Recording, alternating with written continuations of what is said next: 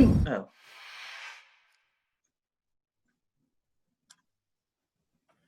Hey girl, hey. Hey. Hey. The Hey Girl, Hey podcast on Urban Media today. Before the break, we talked about defunding the police. LaShawn looked like she got something to say. So let me get close and say this. So in terms of defunding, this is the way I feel. I know the word defunding. I think maybe it needs to be another word. I think it's an allocation of funds, different places. Of course, we need police, but I think they're doing this study from neighborhoods that have less police and smaller departments. But those neighborhoods have more resources. So in those neighborhoods that have less police, more people are working. There's more things out there for them in those neighborhoods. They're rich in resources. Mm-hmm. So if you're talking about defunding the police and taking them out of a neighborhood that, nobody's working, so there's a lot of crime, that's silly. They need the police. Either if you're going to allocate these funds, put into something else into the neighborhood where people can survive instead of being in survival mode and trying to get the things the best way they can. So there's a street here in Pittsburgh. So when I drive down, I'm going to go and work out in the morning, I drive down Frankstown. And early in the morning, I'm going to the park. I'm going to work out. And she was supposed to tell us, Jerry. Whatever. Yeah, hello. Go ahead. And there are people out there, people that are on substance abuse and everything. Just when you're driving down, they're looking back to see if somebody's going to stop them, or they can talk to somebody to get whatever their next hit, whatever it might be. This neighborhood used to be such a rich neighborhood in resources. There's no longer that. So the people are just there walking up and down these streets, and people from outside the neighborhood know this is a place where there's people that are on drugs and where to go to get the drugs and stuff like that. That needs a police presence. Just the presence, because whenever there's a police presence here, you don't see that many people. But not only does it need a presence, it needs a place for them to go to detox. You can't, if a police presence just moves them from one street to another, it doesn't stop the issue. So if you're going to put a presence there, police presence there, put something there for these people so that they can have somewhere to go. Come on. People are like, oh, I don't want that element in my neighborhood. What are you talking about? That next person on crack it happens to everybody. Your mother, your cousin, you never know. Yet, there go I. If it wasn't for the grace of God. So if you're going to take the funding from that, then build something that's going to rehabilitate people and put something in these neighborhoods. Because Frankstown, if you look at it aesthetically, it's a nice road that you can put things on. And traditionally, when they used to put things on that road there, people would steal from it. So some of the stores didn't stay open because there was theft. Because there wasn't if you put one store there and half of the neighborhood, most of the neighborhood's not working, and you got one store, they stealing from that one doggone store, that. Right. But if you put up some stores and you hire the people from within the neighborhood, you have a better success. So defunding, I'm for it if it's allocation. Yeah. Different things. But still keep the presence there. But only the presence of good cops. Only the presence of those that have not shifted from one police department to the other after they got a bad record from another police department. It's as if their records become expunged. Yeah.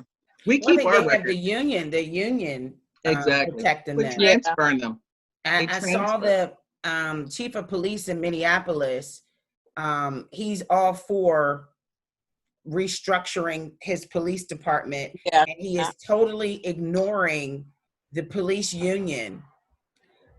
He's like, because they'll interfere. And what I've been told was it's difficult when you have the Citizens Police Review Board that sit in the middle of the police department or the chief of police, the mayor, and then you have the union who represent the players, the police officers.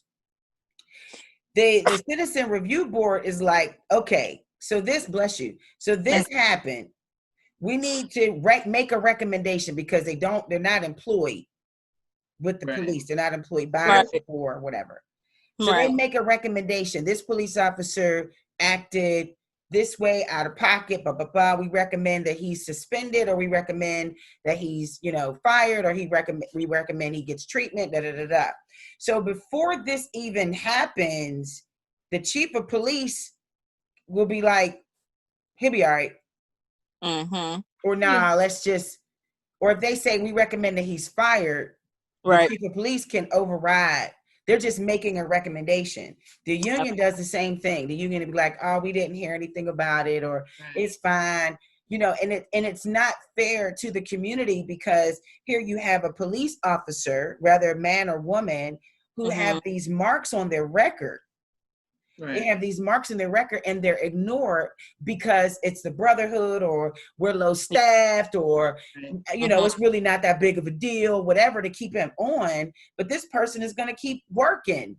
This person is Derek Chavez, who received less than 20 marks on his record. They knew this. They knew it. Yeah. You know what I mean?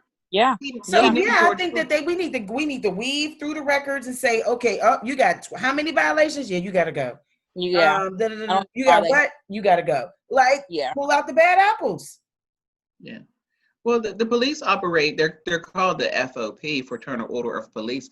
They operate as if a fraternity or a sorority. Brothers. Yeah. But people have to understand, even with that, if there's wrong in your family, you got to call it out, or you're accountable just like they are for what they do wrong. I can't keep saying because I'm in this sorority that this person is okay with what she does. No, it isn't. All because I'm a part of that. Family, you got to call family out. So for a long time, they didn't do that. And I remember, growing up, my father used to always tell me, whenever I was working, because he used to say, get into the union, because back then unions were strong. If you got to a job, your goal was to get into the union of that job, start paying your union dues, because then you had that person to fight for you. And one of the things I learned about unions, that they were strong, but also they kept bad people. The union would keep a bad person.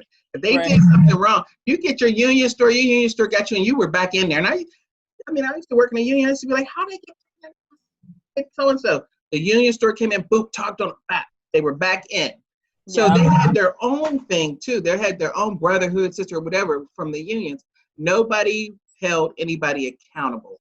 They do the same things with the police. So those things, it's sad to say, unions, I don't know. I don't think we need those anymore. I shouldn't. They're not as effective as they used to be. Right.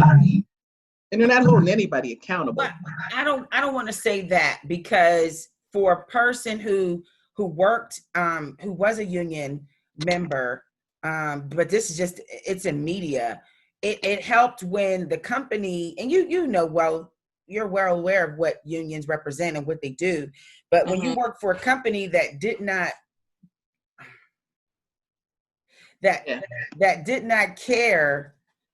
not care about the well-being of their employees, like they're just doing whatever they want to do, treating them. Hold on once. Hi, Tara said hi. Did you get your food? No, did you get your food, ma'am? Anyway, so unions are necessary. I think that maybe they're just a little too involved, where if you're covering up something that's wrong, then no. You know what I'm saying? Then you're not necessary on that end. But if you're protecting the employer, your union member, then I think so. They are necessary. They started to get rid of them once they started doing the labor relation laws and stuff like that. There was just certain things that companies just couldn't do, union or not. All across the board, this couldn't happen to anybody. And then if people felt really strongly about it, there is the labor relations board that you can go to, and outside of a union, because there were some people that weren't in the unions, didn't want to pay that dues. You can go to outside of them and file a claim too. And then some people were like, look, I'm going to get a lawyer and fight. That way I know my money is put towards this. Right. So I mean, that kind of disbanded unions and things like. I get it. Everybody has a union. I mean, NFL has a union. Everybody has one, and I worked for one for years. I used to get my money, and I never had any reason to really use them. Listen, I'm glad we're talking about unions, because our good friend Alexis Johnson, podcaster, also a media chick. She's a journalist. A journalist for the Pittsburgh Post Gazette. I mean, it made national attention. She's a journalist, one of two. Well, she's a journalist, and then Michael Santiago is a photographer. Both were barred from covering any protest coverage, stories within the city. So they're already dealing with COVID-19, so they're working from home. So they're not in the, not in the newsroom or anything like that. Something that Alexis did on her personal time, on her personal Twitter, she posted something. I thought it was funny, but it was in reference to a Kenny Chesney concert and what happens after the Kenny Chesney concerts are over. It's like the city is trash, the arena's trash, the parking lot's trash. It's trash. And so she was describing like, oh, look at the devastation and da-da-da-da. And she's like, oh, this is from the Kenny Chesney concert. Whoops.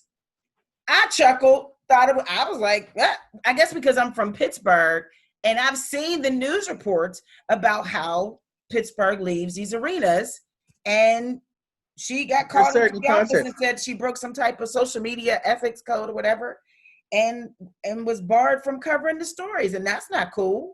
No. I'll tell you what though, that girl got some favor. Folks are like siding with her, and the union is protecting her. Yeah. Go ahead, Jerry. I'm sorry. No, I was just going to say, and they should. And this is where a union is very helpful in situations like this. For Alexis, it's unfortunate. And if that's true, what she said was true. Me and my mom talked about that the one day, even when there's like, there was another, was it the Penguins game or something like that? Or one of them went to the, finals or whatever it is. They trashed it like everywhere, and then people make. And was fighting too. They ain't show the fighting. They was getting it on. Oh my God, it was terrible. But when this stuff happens, Black Lives Matter destroying this and that and blah, blah, blah. Like, come on. Like, no, first of all, we don't. That's the mother people. But, and then she had every right. That's her personal Twitter. For her to be, barred from, especially since she's Black, her and the photographer, from all like. Things, though. Why would you bar her and the photographer from covering?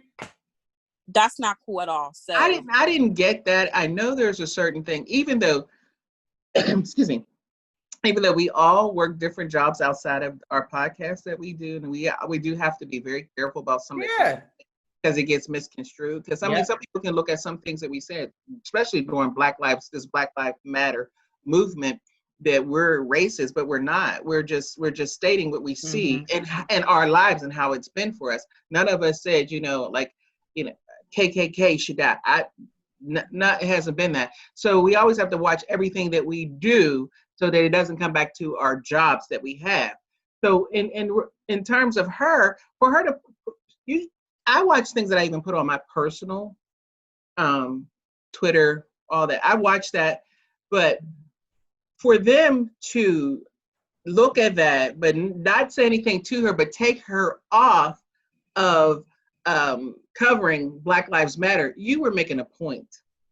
You should have said something. You're like, okay, you want to make fun of us? We got you, sister. Yeah. You know what I mean? That was making a point. That's what I feel. That was making a point. It wasn't like they came and said, listen, be careful.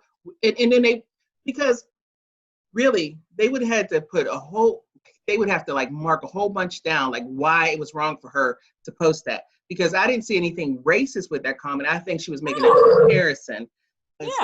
Booting that's a good reporter. But I guess being that, I'm sorry.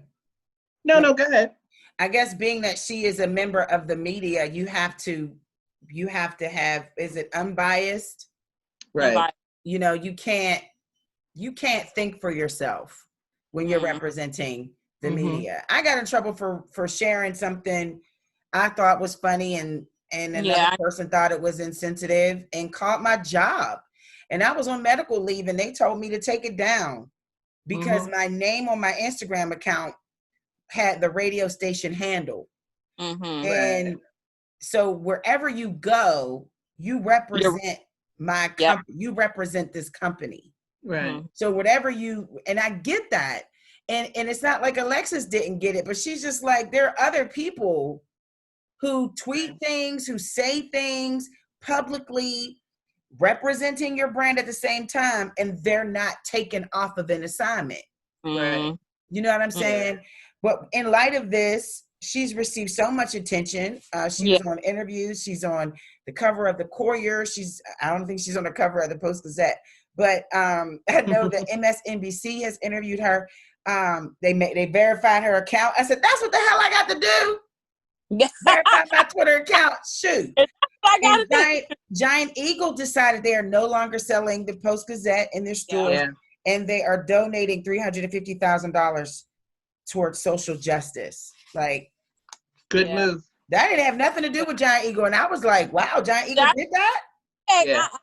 Because if they, all it takes is one person to say something. If somebody was to go in there and see more papers, someone can easily complain and say, you know what, they took a Black journalist off of here. Do you guys support what had happened? You know what I mean? All it takes is one person to say something, and they want to, I think that's a good idea though. That shows that they are supporting her, but they had to make a move quick. You know what I mean? I want to ask you something, Jerry, if you think this is a good idea, that Walmart stopped putting their multi-ethnic hair care and beauty products in a lot of cases. Before you answer, because I know you got something to say.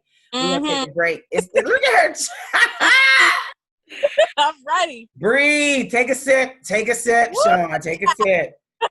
It's the Hey Girl Hey podcast on Urban Media Today. Hold on, sip.